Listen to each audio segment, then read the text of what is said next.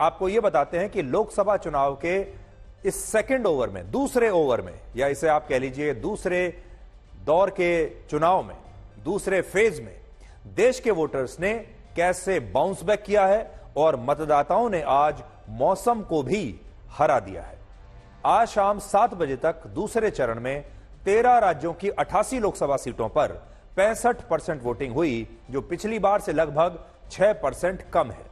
पिछली बार इन्हीं 88 सीटों पर 71.3% वोटिंग हुई थी। लेकिन यहां आपको यह बात याद रखनी होगी कि जो आंकड़े इस समय मैं आपको बता रहा हूं, ये आंकड़े शाम 7 बजे के हैं, इसलिए यह वोटिंग प्रतिशत अभी 4 से 5% और बढ़ सकता है, क्योंकि हर बार यही होता है, 7 बजे के आंकड़े कम होते हैं और जो अंतिम आंकड़े आते हैं वो 7 बजे के आंकड़े से लगभग 5 से 6% ज्यादा होते हैं।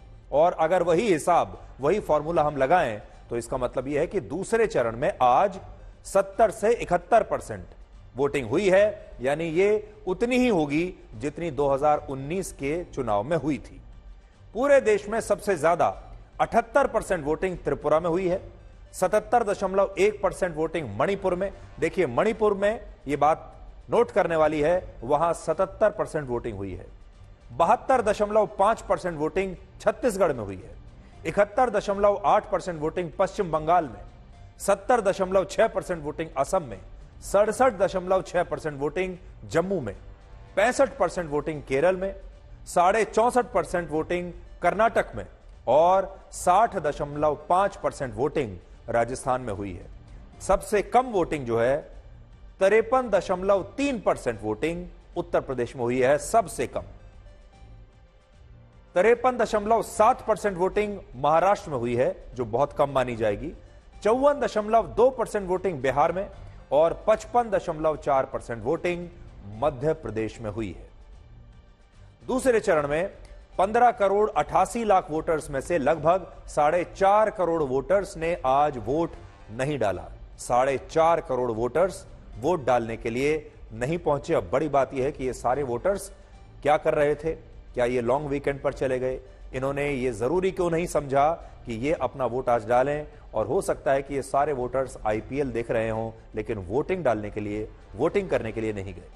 जबकि पहले चरण में 16 करोड़ 64 लाख वोटर्स में से लगभग 5.5 करोड़ वोटर्स ने पहले चरण में मतदान नहीं किया था। तो 5.5 करोड़ ने पहले नहीं किया और 4.5 करोड़ वोटर्स ने आज मतदान नहीं किया। लगभग अभी तक अगर आप देखेंगे तो 10-11 करोड़ वोटर्स ऐसे हैं हमारे देश में 2 चरणों में ही जो वोट डालने के लिए नहीं पहुंचे, और यह अच्छी बात नहीं है। इसलिए विश्लेषण तो हम आपको दिखाएंगे, लेकिन अपने दर्शकों से यह अपील जरूर करना चाहते हैं कि जो दूसरे देश हैं वहां पर लोग तरसते हैं कि उन्हें वोटिंग का अधिकार मिल जाए।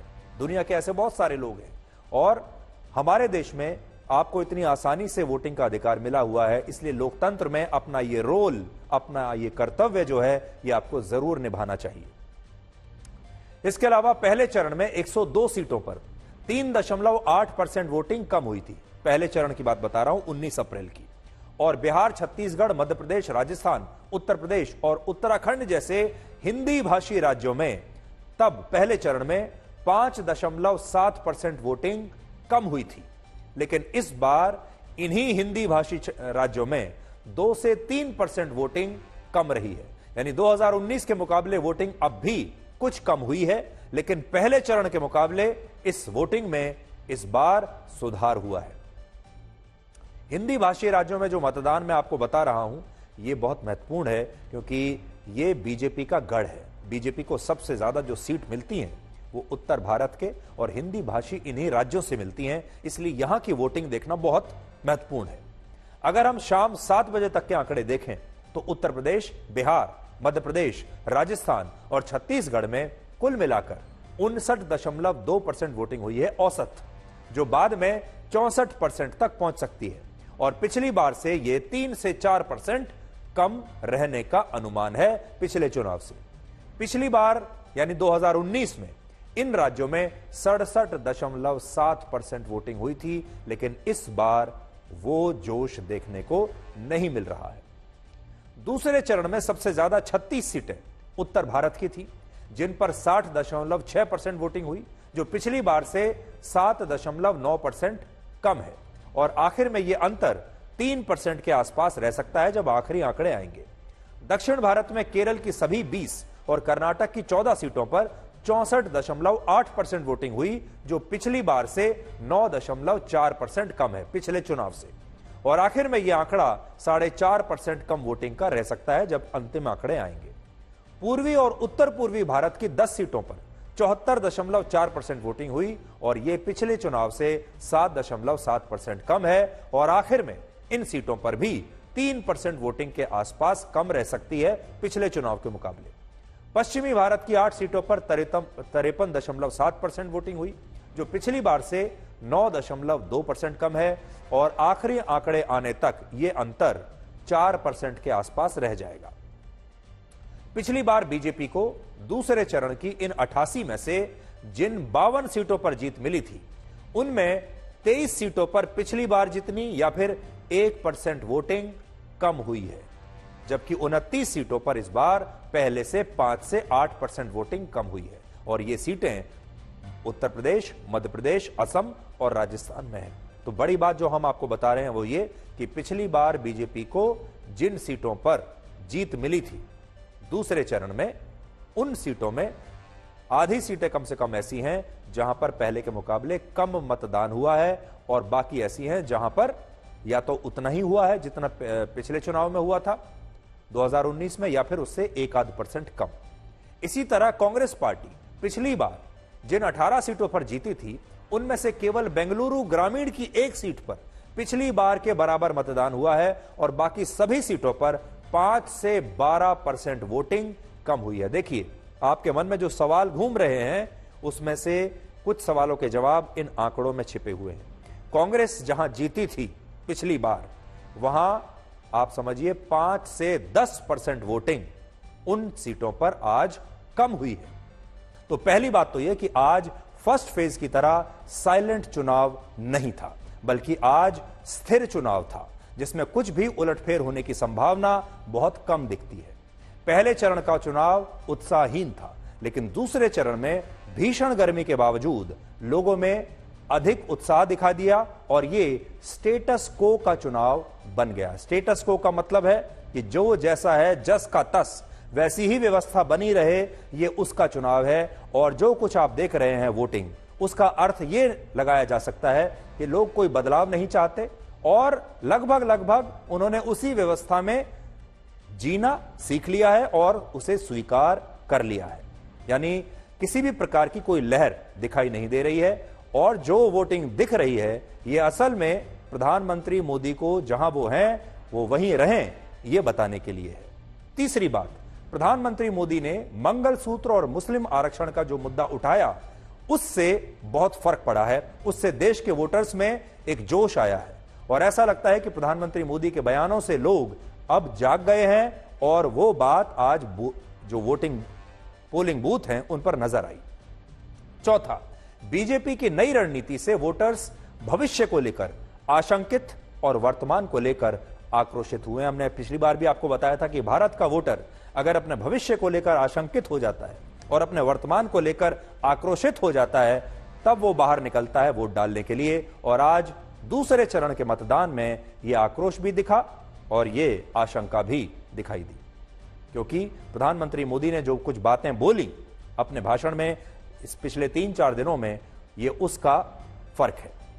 पांचवी बात, विपक्षी दलों ने पहले चरण की कम वोटिंग के बाद अति उत्साह दिखाया और पहले ही ओवर में अपनी जीत मान ली। यानी पहले ही एक दौर में अगर उन्हें ऐसा लगा कि बीजेपी थोड़ी लड़खड़ा रही है, उसी को उन्होंने अपनी जीत मान लिया। जबकि प्रधानमंत्री मोदी ने दूसरे ओवर में काफी मेहनत की और उनकी सबसे बड़ी कामयाबी यह रही कि उन्होंने अपने भाषणों से कांग्रेस को उसके ही घोषणा पत्र के आसपास बांध कर रख दिया। और कांग्रेस इस दूसरे दौर से पहले जो समय था, उस पूरे समय में हर दिन सिर्फ अपने मैनिफेस्टो को लेकर सफाइयां ही देती रही।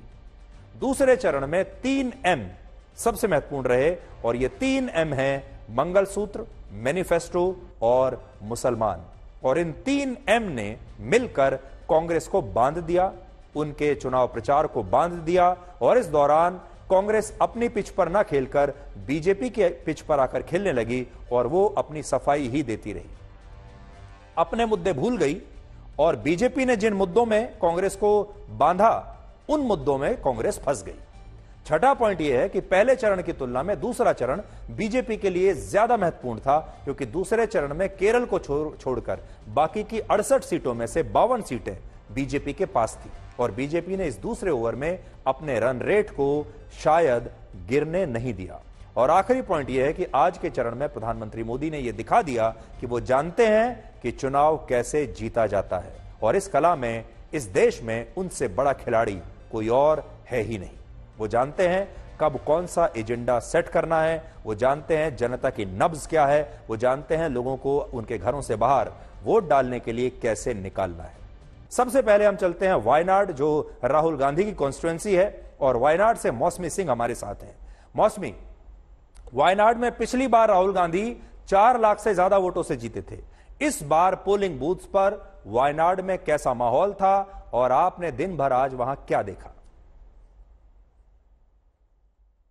देखिए, वायनाड की हम बात करें तो वायनाड सबसे छोटे जिलों में केरल के है, लेकिन जोश और जज्बे में कहीं कम नहीं। वो इसलिए कह रहे हैं कि सुबह 6:30 बजे जब हम पहुंचे तो हमने देखा कि कतारें लगना शुरू हो गई थी और जैसे जैसे दिन चढ़ा या गर्मी बढ़ी, ये कतारें कम नहीं हुई। लगातार अनुशासन से लोग वोट डालते रहे। जहां तक जनता के मन में क्या था, हमने जानने की कोशिश की तो उन्होंने कहा कि वो बदलाव के लिए वोट कर रहे हैं, केंद्र में बदलाव के लिए वोट कर रहे हैं और राहुल गांधी के प्रति उनका एक आकर्षण और रुझान दिखा। दूसरी तरफ देखिए, वायनाड की अगर आप बात करें तो वायनाड लोकसभा क्षेत्र में कोड़ीकोड के कुछ इलाके आते हैं, मल्लापुरम के भी 3 डिस्ट्रिक्ट क्षेत्र आते हैं, तो 3 असेंबली कॉन्स्टिट्यूएंसीज, तो 7 असेंबली कॉन्स्टिट्यूएंसीज डिवाइडेड है वायनाड, कोड़ीकोड और मल्लापुरम में। इससे जो माइनॉरिटीज या अल्पसंख्यक समुदाय है उनका आंकड़ा लगभग 50 के पार चला जाता है, जिसमें 40% मुस्लिम समुदाय से हैं और 20% ईसाई समुदाय से, जो कि एडवांटेज कहीं ना कहीं यूडीएफ के लिए है बड़ा। और जिस भारी प्रतिशत से राहुल गांधी जीते थे, कांग्रेस को उम्मीद है कि उस वोट प्रतिशत को वो और बेहतर करेंगे। राहुल गांधी का पहली बार नॉवेल्टी फैक्टर था, लेकिन इस बार उनकी जो दोबारा वो पारी खेल रहे हैं काफी स्ट्रांग फुटिंग पर नजर आते हैं, क्योंकि एक वायनाड की जनता में उनके प्रति आकर्षण और रुझान नजर आया। जी, तो वायनाड से ऐसा लगता है कि राहुल गांधी बिल्कुल सेफ हैं। वायनाड में वो शायद चुनाव जीत भी जाएंगे। अब बड़ा सवाल यह है कि वायनाड में चुनाव होने के बाद क्या राहुल गांधी वापस अमेठी आएंगे और क्या वो अमेठी से भी चुनाव लड़ेंगे या नहीं लड़ेंगे? अब पूरा देश शायद ये जानना चाहेगा और कांग्रेस ने अपनी बैठक बुलाई है सीईसी की, जो उनकी सेंट्रल इलेक्शन कमेटी है, और वो ये तय करेगी कि अब राहुल गांधी अमेठी से लड़ेंगे या नहीं लड़ेंगे और रायबरेली से अब कौन लड़ेगा। इन 2 सीटों पर बहुत जल्द फैसला हो जाएगा। अब हम चलते हैं बेंगलुरु, जहां से सगाए राज हमारे साथ हैं। आज आप बेंगलुरु नॉर्थ में थे सगाए, जहां से पिछली बार डीवी सदानंद गौड़ा चुनाव जीते थे, लेकिन इस बार उनकी जगह बीजेपी ने केंद्रीय राज्य मंत्री शोभा करंदलाजे को टिकट दिया है। आज आप जहां पर थे वहां पोलिंग बूथ पर आपने क्या देखा? देखिए, 2023 के बाद जो कांग्रेस जीत मिला था कर्नाटक में, उसी मोमेंटम को लेकर अभी भी कांग्रेस थोड़ा कॉन्फिडेंट है कि कर्नाटका में उनका नंबर ज्यादा बढ़ सकता है। जैसे बैंगलोर नॉर्थ में हम बात करेंगे तो बैंगलोर नॉर्थ में दोनों भी कैंडिडेट, जो शोभा करंदलाजे हो और राजीव गौड़ा हो, दोनों भी नया फेस है। और शोभा करंदलाजे पिछले बार उडुपी चिकमंगलुरु में कंटेस्ट किया था, मगर इस बार इनको वहां से हटा के बैंगलोर नॉर्थ में टिकट दिया गया है। मगर क्या हो रहा है, ये जो 14 सीट में आज इलेक्शन हुआ था, और पूरा 14 सीट भी ये प्रीडोमिनेंट वक्कलिगा कम्युनिटी के लिए है, क्योंकि जो भी नॉर्थ कर्नाटका होता है वहां पे ज्यादातर ज्यादा लिंगायत कम्युनिटी डोमिनेट करता है। सो इसी के वजह से ये 2 वक्कलिगा फैमिलीज है, देवेगौड़ा का फैमिली और डीके शिव कुमार के फैमिली के बीच जो इलेक्शन हो रहा है, किसका होल्ड ज्यादा है इस ओल्ड मैसूरू रीजन पे और बैंगलोर के साथ। सो उसी के मुताबिक जो भी मुकाबला हुआ था आज कर्नाटका में, इसमें काफी साफ साफ दिख रहा है कि बीजेपी को अपर हैंड है, मगर पिछले बार जैसे सीट्स मिला था बीजेपी को, उतना सीट इस बार कर्नाटका में नहीं मिल सकता है। और बेंगलुरु नॉर्थ के बारे में बात करना है तो अभी भी बीजेपी को अपर हैंड है, मगर कांग्रेस उनका गारंटी के ऊपर बैंकिंग कर रहा है कि ये शायद वोटर्स को इंपैक्ट करेंगे और ज्यादा नंबर मिल सकता है कांग्रेस को कर्नाटका में।